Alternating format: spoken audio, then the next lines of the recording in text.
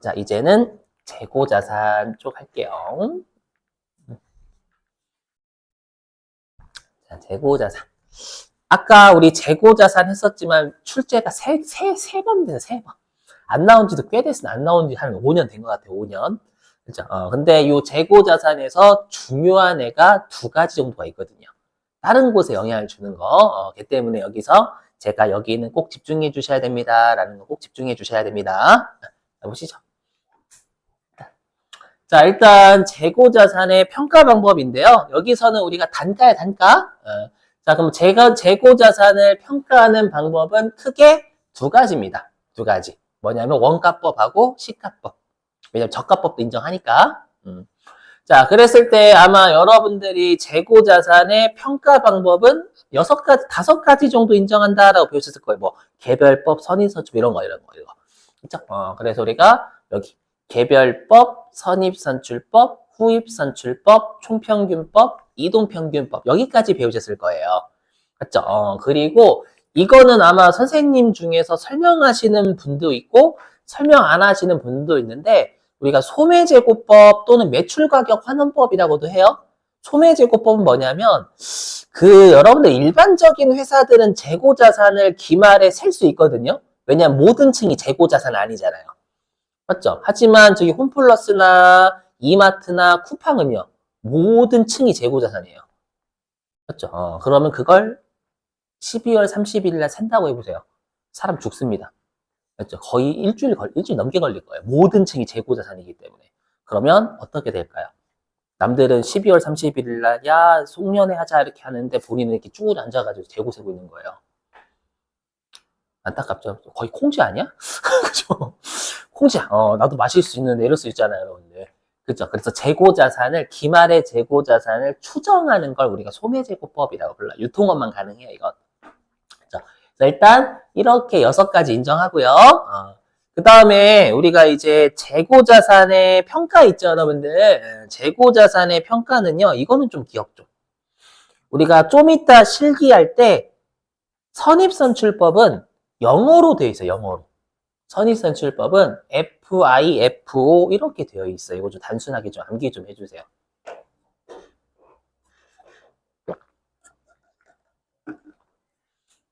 뭐냐면 first in, first out. 뭔지 아시죠? first in. 먼저 들어온 게 first out. 먼저 나간다. 그렇죠? 제가 영어 쓰고 싶어 쓴 게 아니라 실제 있어. 실기에 FIFO라고 어디는 한글로 돼 있고 어디 영어로 돼 있고. 그렇죠? 왜 그런지 모르겠지만 그냥 선입선출법이라 해놓지 그냥. 그죠? 자, 조심하시고. 네. 그 다음에 저가법의 6가지, 총 12가지. 2 곱하기 6 하면 12가지잖아요. 저가법도 가능하니까. 자, 그리고 우리가 이제 저가법을 신고할 때는 당연히 원가하고 같이 신고해야 돼요. 그래야 비교를 할 수 있잖아요. 그러니까 내가 만약에 저 저가법에 선입선출법 할게요 라고 하면 원가법에 선입선출법도 같이 신고해야 되는 거예요. 그래야 이 두 개를 비교할 수 있는 거니까. 자, 그 다음에 평가 대상 적용 단위이고 말 문제 이것도요. 자, 우리가 재고자산은 종류별로 평가를 별도로 하고요. 아니면 영업장별로 별도로 해요. 예를 들면 우리가 동탄 홈플러스는 상품에 대해서 선입선출법을 한다면 저기 영통 있잖아요. 영통에 있는 홈플러스는 상품에 대해서 뭐 이동평균법 써도 된다라는 거예요. 알죠? 그래서 종류별, 영업장별로 가능하다. 예. 그래서 어떻게 되냐. 일단 첫 번째가 제품, 상품 이렇게. 그러니까 제품하고 상품은 판매군이죠. 그 다음에 B 반제품, 제공품은 미완성군이고요. 그 다음에 C 원재료는 매입군이죠. 매입군. 그 D 저장품은 그냥 저장되는 물건. 그죠? 이렇게 종류별. 그렇죠? 또는 영업장별로 달리 평가할 수 있다라는 거예요. 이게 말이야. 제품, 상품은 선입선출법, 반제품, 제공품은 후입선출법 이렇게. 그렇죠? 각각 이렇게. 아니면 아까도 말씀드렸지만 제품, 상품이 여기 인계동이면 선입선출법, 저기 동탄이면 후입선출법이 가능하다는 얘기예요. 그렇죠? 그냥 말 문제만 신경 쓰시면 돼. 실기하고 관련 없어요. 자, 넘어가고요. 자, 그 다음에 이제 요 재고자산은요, 그나마 우리 실기에 나올 때에는 날짜를 꼭 외워주셔야 돼요, 날짜. 알죠? 자, 날짜를 좀 외워주실게. 자, 보시면은요, 우리가 재고자산을 평가할 때 최초 신고 있죠? 최초 신고는 언제까지 하냐면, 우리가 설립일이 속하는 사업연도의 과세표준 신고기한까지 해야 된다라고 되어 있어요. 암기.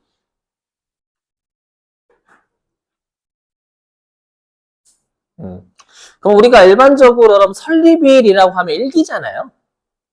그죠? 그럼 일기에 설립되니까 일기 과표 신고는 우리 시험에 나오는 회사는 다음 연도 3월 말까지 해야 되는 거죠. 그죠? 그래서 2기 3월 말까지는 우리가 최초 신고해야 된다라는 거예요. 여기까지 되시겠어요? 외우시고.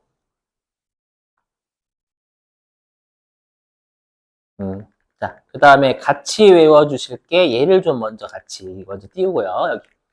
자, 이제 변경 신고예요, 변경. 자, 방금 했던 건 제가 최초 신고라고 하는 건 처음 신고하는 거죠. 그리고 변경 신고는 말 그대로 바꾸고자 하는 거예요.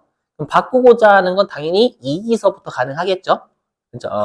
요거는 이렇게 돼 있어요. 어떻게 되냐면, 변경하고자 하는 사업연도의 종료일 이전 3개월입니다. 우리 사업연도 종료일이 몇 월 며칠이에요? 우리 시험에 나오는 회사는. 12월 31일이란 말이에요. 그럼 이전 3개월이면 거의 9월 말일까지는 변경 신고해야 된다라는 거예요. 그래서 올해 9월 30일 이전까지는 변경 신고를 해야 된다라는 뜻.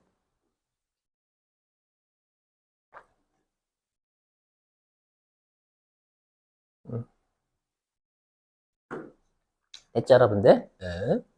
이렇게. 자, 일단 이 두 개를 알고 계셔야 됩니다.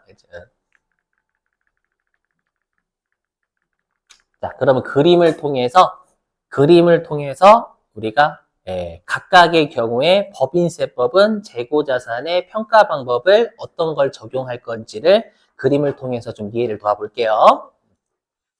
자, 보시면. 자, 우리 회사가 여기, 자, 요 3월 31일이 언제, 2기 3월 31일이 최초 신고 기한이 되겠죠? 그죠? 그리고 우리가 2기 9월 30일까지가 변경 신고 기한이 되겠고요. 동의되시죠? 1기의 9월 30일은 변경 신고가 아니에요, 당연히. 이렇게. 자, 그랬을 때. 자, 동그라미 1번. 이게 뭐냐면, 이거 제가 지금 동그라미로 띄우는 건 회사가 이렇게 신고했다라는 뜻입니다.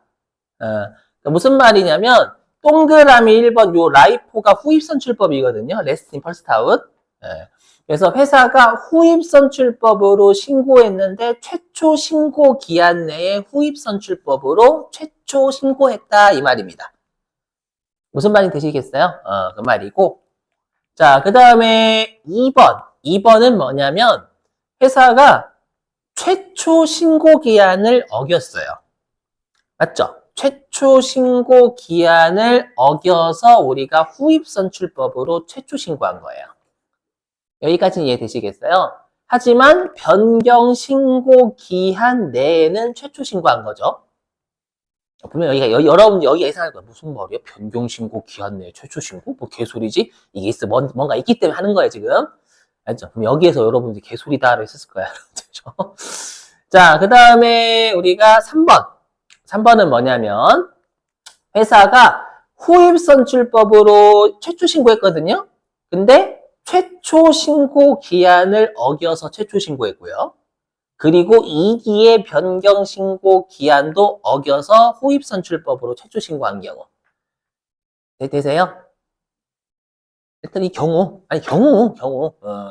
그러면 이제 1번, 2번, 3번의 경우에 법인세법은 뭐로 재고자산을 평가하겠냐라는 걸 아래서 보게 될 거예요. 그렇죠? 요 아래 거는 이제 법인세법상 평가 방법입니다. 각각의 경우에. 자, 그럼 1번은 고민할 필요 없어요. 1번은 고민할 필요 없이 회사가 최초 신고 기한 내 후입 선출법으로 최초 신고 잘했죠. 그러면 1번 같은 경우에는 법인세도 1기에 후입 선출법으로 가는 거고 2기 때도 후입 선출법, 3기 때도 후입 선출법 이렇게 가면 되는 거잖아요. 어렵지 않죠, 여러분들. 자, 그 다음에 2번. 자, 2번은 최초 신고 기한을 어겨서 최초 신고했죠. 맞죠? 그러면 법인세는 어떻게 하냐면 최초 신고 기한을 지나서 최초 신고하면 신고 안 한 걸로 봐요. 그렇죠? 그래서 안 한 걸로 보니까 무신고로 봐요. 무신고. 신고 안 한 거다. 여기까지 돼서 1기 때 1기 때. 예. 그러면 우리가 무신고로 보게 되면 재고자산의 금액을 0으로 볼 거냐? 그건 아니겠죠. 맞죠? 그래서 뭐로 보냐면 이때는 선입 선출법으로 봐요. 그래서 외우셔야 돼요, 여러분들. 법인세에서 무신고로 보면 재고자산을 선입선출법으로 평가합니다. 법인세는요. 암기. 자, 그 다음에 이제 2기. 자, 그러면 우리가 2기의 변경신고 기한 있죠, 여기. 여기. 자, 2기의 변경신고 기한 내에 최초 신고했죠? 그럼 이문구가 있어요, 이문구. 이문구가 있어요, 여기. 보시면, 신고 기한이 경과된 후에 최초 신고한 경우라고 제목되어 있잖아요, 여기요. 요거. 그럼 이 말이 뭐냐면, 동그라미 2번과 동그라미 3번의 경우다라는 뜻이에요. 최초 신고 기한이 지나서 최초 신고한 거잖아요. 했죠? 그래서 법문구가 어떻게 돼 있냐면, 변경 신고 기한 내에 변경 신고하면 변경한 사업연도부터 재고자산의 평가 방법을 적용한다 이렇게 되어 있습니다. 말 되게 어렵죠? 이거 뭐냐면 최초 신고 기한을 어겨서 최초 신고했지만 변경 신고 기한 내에 최초 신고하면 그걸 변경 신고로 봐서 받아들여 주겠다라는 거예요. 그렇죠? 조선말 좀 어렵죠? 그렇게 받아들이세요. 문구 어렵기 때문에 그냥 최초 신고 기한은 어겼지만 변경 신고 기한 내에 최초 신고하면 그건 변경 신고한 걸로 볼게.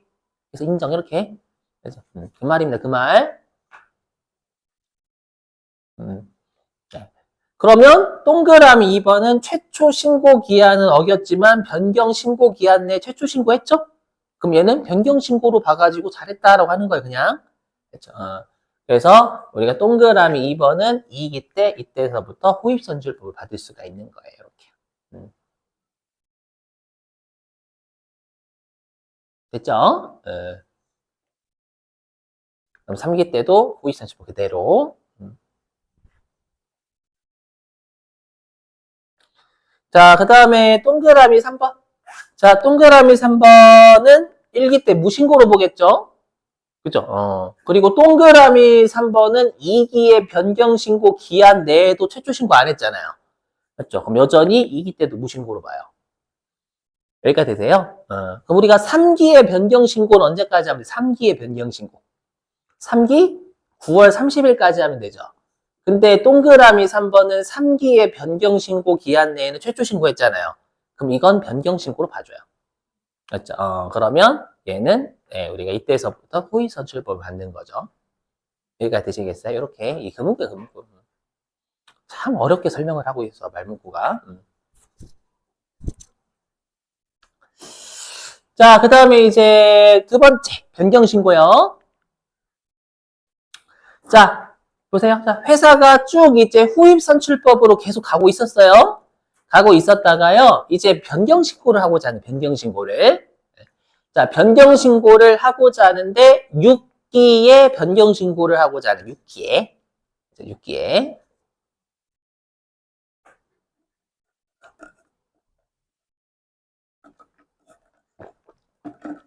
그럼 당연히 여러분 6기의 변경신고 기한은 6기 9월 30일까지 해야 되는 거죠. 자, 그랬을 때 1번는 뭐냐면 회사가 후입선출법으로 쭉 하다가 6기서부터 총평균법으로 바꾸고 싶은 거예요. 재고자산의 평가 방법을.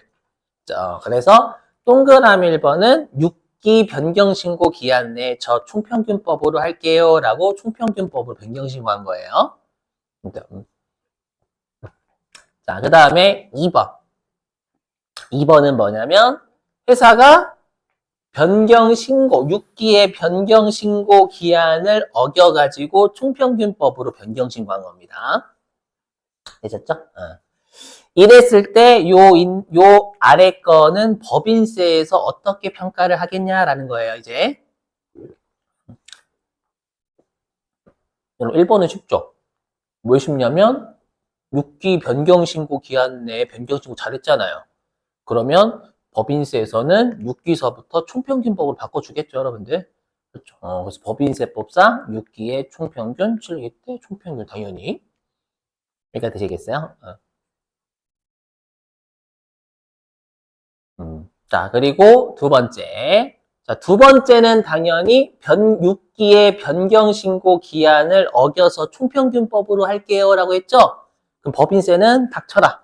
너 변경신고 기한을 어겨서 6기 때 총평균법을 했잖니? 법인세는 그러면 그거 인정하지 않고 네가 예전에 했던 그 방법으로 평가할 거야. 그렇죠? 그럼 예전에 법인세에서 평가한 거 후입선출법을 했잖아요. 이걸로 하겠다라는 거예요. 법인세는. 이해되세요? 그래서 변경신고 기한을 어겨버리면 법인세에서는 예전에 신고했던 방법을 평가해버려요. 알죠? 이렇게? 자, 하지만 7기의 변경신고 기한 내에는 변경신고 한 거죠. 2번도. 7기의 변경신고 기한 내에는 우리가 총평균법을 변경신고 한 거잖아요. 맞죠? 그래서 7기서부터는 총평균으로 가는 거. 안 어렵죠, 여러분들? 이렇게 그림으로 이해하시고. 왜냐면 우리가 나중에 우리 재고자산 쪽 입력할 때는 세법상 신고 방법과 회사의 평가 방법 둘 다 입력을 해야 되거든요. 그렇죠? 어떤 방법인지 기억하셔야 돼. 이렇게. 자, 됐고요. 자, 이제는 여기 재고자산의 평가 계속 이어서 할게요. 자, 의무변경이에요, 의무변경. 자, 잘 보세요, 의무변경. 자, 이거예요. 의무변경은 뭐냐면 세법상 평가 방법 있죠? 세법상 신고 방법과 회사가 평가한 방법이 일치하지 않으면 의무변경했다라고 해요. 아까 사례로 따지면 얘가 되겠죠, 얘. 요 동그라미 2번 가지고 동그라미 2번. 뭐냐면 동그라미 2번 요거잖아요. 동그라미 6기 보세요. 동그라미 2번. 이거 회사가 동그라미 2번 6기의 변경신고 기한을 지나서 총평균을 했죠. 근데 세법은 이거 변경신고 인정하지 않으니까 세법은 여전히 야 기존의 방법이 후입선출법으로 해 이렇게 되는 거잖아요. 맞죠? 근데 시험에서 어떻게 출제하냐면 그럼 지금 장부에서 평가한 건 총평균이고 법인세법상 신고 방법은 후입선출법이잖아요. 그럼 이 두 개가 다른 걸 임의 변경했다라고 불러 법인세에서는. 이해되세요? 무슨 말인지? 예. 그래서 지금으로 따지면 우리가 방금 사례로 따지면 얘가 총평균이고 얘가 후입이죠, 여러분들.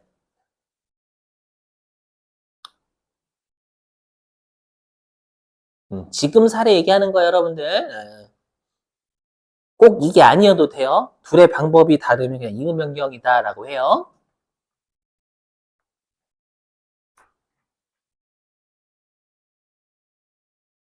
그럼 잘 보세요, 여러분들. 잘 보시면. 자, 그러면 우리가 여러분들 이렇게만 하게 되면 세법에서 혜택 주는 거다? 왜 혜택을 주는 거냐? 여러분들 물가가 상승할 때 이익을 가장 낮게 잡는 방법이 뭐죠? 물가가 상승할 때 이익을 가장 낮게 잡는 방법?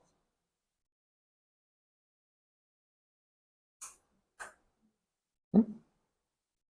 후입이잖아. 물가가 상승할 때 이익이 가장 낮은 게 후입선출법이고 물가가 상승할 때 이익이 가장 큰 게 선입선출법이란 말이에요. 맞죠? 그러면 우리가 세법에서 후입선출법을 한다라는 거, 이익을 낮게 잡겠다라는 거죠. 낮게 평가하겠다라는 거잖아요. 맞죠? 분명히 의무변경은 제재를 해야 되는데 혜택 주는 거예요. 오히려 물가가 상승하는 게 일반적이니까. 맞죠? 그래서 이렇게 의무 변경하게 되면 세법은 후입선출법, 당초에 신고한 방법으로만 평가하지 않아요. 뭐로도 평가하냐면 선입선출법으로도 평가해요. 그래서 여기 세법 있죠? 세법은 의무 변경하면은요, 세법은 선입선출법과 세법상 평가 방법 둘 중에 큰 걸로 평가하겠다라는 거예요.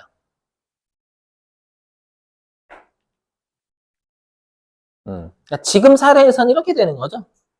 지금 사례로 따지면 우리가 후입선출법하고요, 선입선출법 둘 중에 큰 걸로 하니까 당연히 대부분 물가 상승하면 선입에 걸려요. 그렇죠? 이해되시겠어요, 여러분들? 그래서 꼭 외워주셔야 돼요. 우리가 무신고하거나 의무 변경하면 세법은 선입선출법으로도 평가를 한다라는 거. 알죠? 요거 유념해 주시고.